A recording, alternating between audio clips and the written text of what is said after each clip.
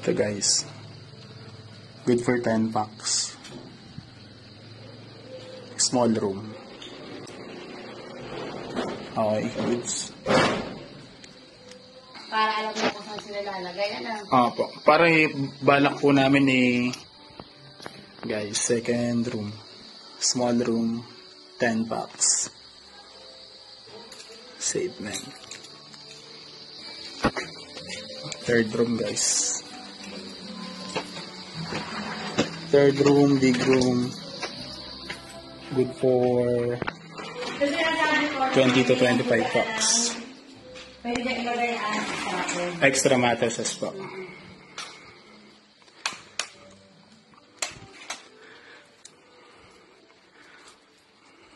Big room, aircon. Good for 25 to kahit 30, kasya dito to eh. Okay.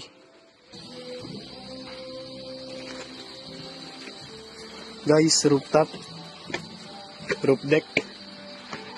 Ganda ng view. What's up, man? Alright. So, eto. Dito tayo magsasayamin. Roof deck. Peace out. So, ito yung view, man. Tapos, guys, hiking. Ayan yung aakyatin natin. 50 pesos. Bayad sa tour guide per head, man. Tapos, ang hopping, island hopping, doon, mga 15 minutes away. Alright. Okay. Sige po. Ito guys, kubo. Sabi ni Sarken. Yan, ito yung kubo na yun.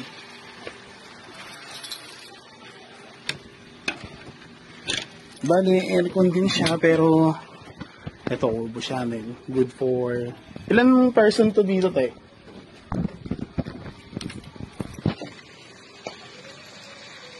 Okay.